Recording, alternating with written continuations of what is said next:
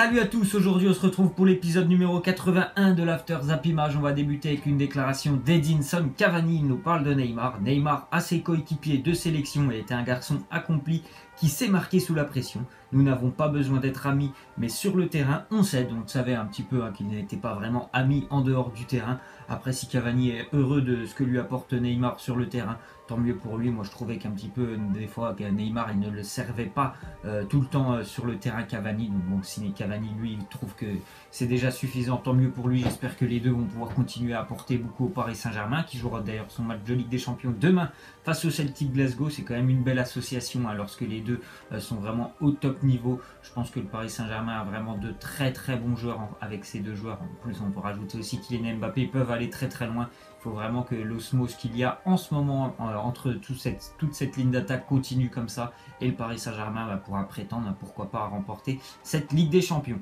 Ensuite, on voit une déclaration de Michael Lustig, le défenseur central du Celtic Glasgow, qui garde un très mauvais souvenir du match aller face au PSG. Le 5-0 pour le PSG sur le terrain du Celtic Park. En fait, après, voilà, ils se sont retrouvés, les joueurs du Celtic, au sein du vestiaire. Ils se sont dit, qu'est-ce que c'est que ce match qu'on a fait. En fait, ils étaient très très surpris que le Paris Saint-Germain soit à ce niveau, parce qu'ils ont dit qu'ils n'auront presque raté aucun contrôle pendant ce match. Tous les joueurs ont été exceptionnels de la première à la 90e minute. C'est vrai que c'était un match très très abouti du Paris Saint-Germain, le match aller. Donc voilà, j'espère que pour le Celtic ça passera un petit peu mieux demain, parce que bon, c'est quand même assez compliqué pour eux après ce 5-0 au match aller. Mais si le Paris Saint-Germain met la machine en route aussi demain, ça peut leur faire très mal. Donc j'espère quand même que le Celtic ne va pas en prendre 5 demain. Ensuite, on voit une déclaration de Valentin Rongier, le jeune joueur du FC Nantes, qui a fait d'ailleurs, pour moi, il a fait un très bon match face à Paris, Valentin Rongier. Il nous parle de Marco Verratti. Quand tu es milieu de terrain et que tu le vois jouer, c'est magnifique parce que tu ne peux que t'en inspirer. Il fait partie du top 5 des meilleurs milieux du monde. Je sais pas, pour moi c'est pas vraiment le top 5, je pense que les top 10 on peut en discuter. Il y a Marco Verratti dedans.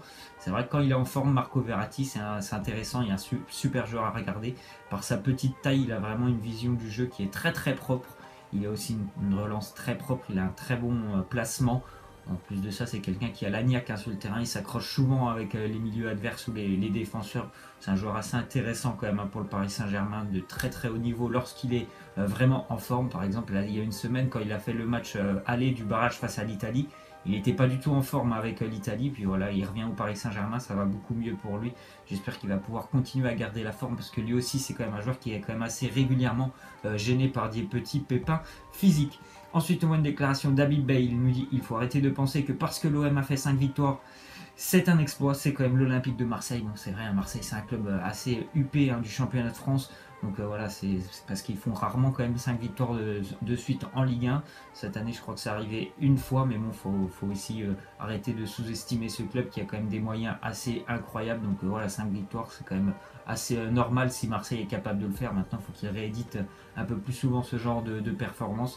Ils ont quand même arraché un bon point à Bordeaux à la 94e minute. Au moins, ils ne lâchent rien cette année, les Marseillais. C'est vrai que voilà, ils ont pas mal pris de points en fin de match, notamment à Bordeaux, à Strasbourg. C'est une équipe qui a quand même de l'envie au moins jusqu'à la fin de match, ce qui manquait par exemple l'année dernière à l'Olympique de Marseille. Ensuite, on voit une déclaration de Christophe Dugarry. Il nous dit: Mitroglou, ce n'est vraiment pas possible. Comment a-t-il pu mettre 15 buts par saison? Même au Portugal, c'est Brandao en moins bon. Quand même, Brandao, il était vraiment pas très bon. Mitroglou, c'est que le début d'année pour lui avec l'Olympique de Marseille. Il essaye un petit peu encore de trouver ses marques avec l'attaque marseillaise. C'est vrai que dimanche à Bordeaux, on l'a presque pas vu, Mitroglou. J'espère qu'il va quand même pouvoir un petit peu s'améliorer, parce que c'est un début de saison quand même compliqué. Mais voilà, c'est quelqu'un, on sait qu'il est capable de marquer. Il a quand même beaucoup marqué avec le Benfica. Il a beaucoup marqué aussi lors de sa période avec l'Olympiakos. J'espère qu'il va vraiment trouver sa place au sein de l'attaque marseillaise, parce que je pense quand même il a quelque chose à apporter à Marseille, même si pour moi c'était pas la recrue que l'Olympique de Marseille devait avoir. Je pense qu'il peut quand même apporter à l'Olympique de Marseille. Ensuite, on voit une déclaration de Ben Arfa. Il nous dit: moi je milite pour le chambrage. Le bon chambrage est celui qui exclut toute forme de méchanceté et de provocation gratuite. Il s'agit de se moquer intelligemment. Le foot est devenu trop sérieux. C'est vrai, voilà l'image de la célébration de Nabil Fekir. C'est vrai que maintenant on a presque peur de faire des célébrations dans le foot, parce qu'on ne sait pas comment ça va être interprété par l'adversaire, par les supporters. Donc c'est vrai qu'on est un petit peu sur la réserve lorsqu'on célèbre un but C'est vraiment moche de voir ça parce que le foot, c'est quand même important aussi de pouvoir célébrer.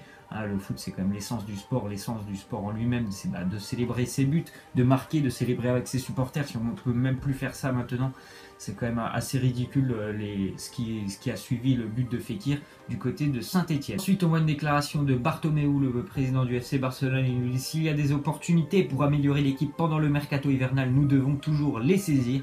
Bon, tout le monde a entendu parler des nombreuses rumeurs qui circulent autour du Barça. Philippe Coutinho, Antoine Griezmann. Bon, on apprend maintenant que le Barça, dès qu'il y aura une opportunité, ils vont la saisir. Donc on verra quel joueur va rejoindre le Barça cet hiver. Peut-être qu'ils vont nous surprendre, il n'y en aura aucun des deux. Peut-être que ça se fera au mercato estival et qu'ils vont choisir quelqu'un d'autre pendant le mercato hivernal.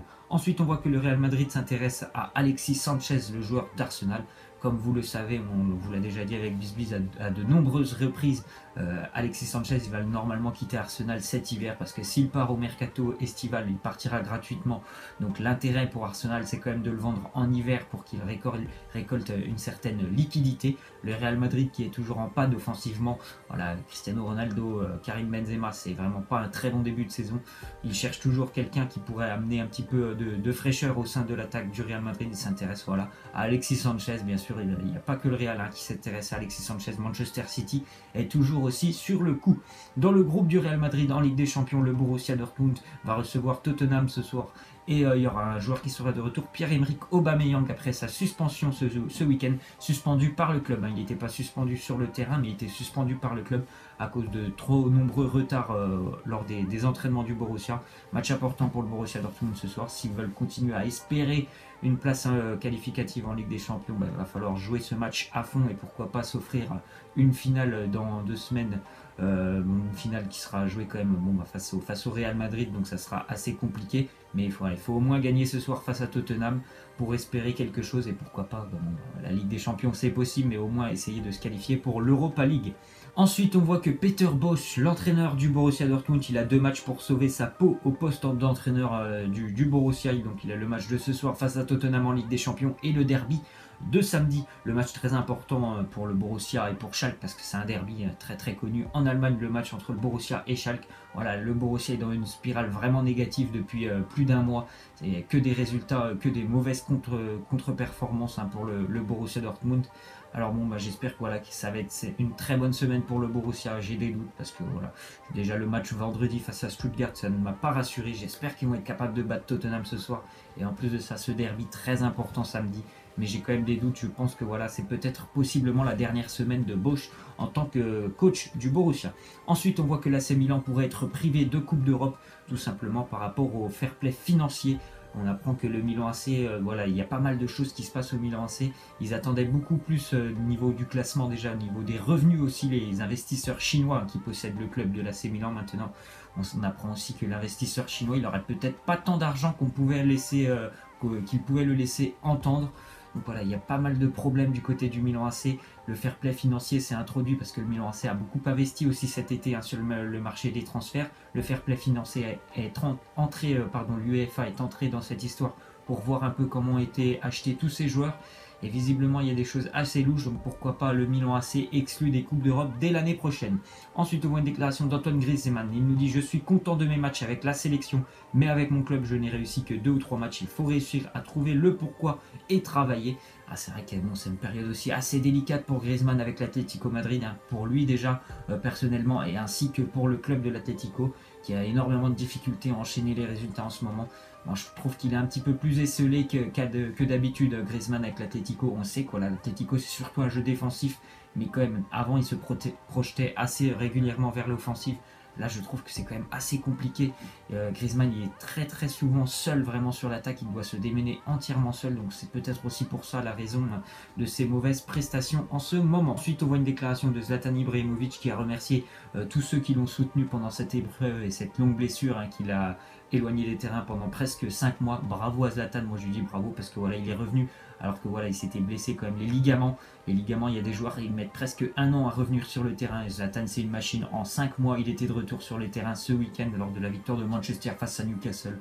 Bravo à lui, seulement 5 mois pour revenir des ligaments croisés, c'est quand même assez exceptionnel et ça en dit long, hein, franchement, sur la forme physique et la forme mentale de Zlatan Ibrahimovic, c'est quand même un sacré guerrier. Ensuite, on voit que Guardiola a déclaré qu'il allait recruter cet hiver pour faire face à la blessure de John Stones.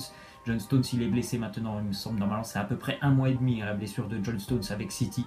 Eliakim Mangala l'a remplacé ce week-end lors de la victoire de City du côté de Leicester. Et voilà, Eliakim Mangala, ça va être vraiment du provisoire parce que voilà, on apprend que Manchester City compte recruter de nouveau pendant le mercato hivernal déjà un défenseur central et possiblement aussi de nouveau des joueurs offensifs. Ensuite, on voit le possible maillot de l'équipe de France pour la Coupe du Monde.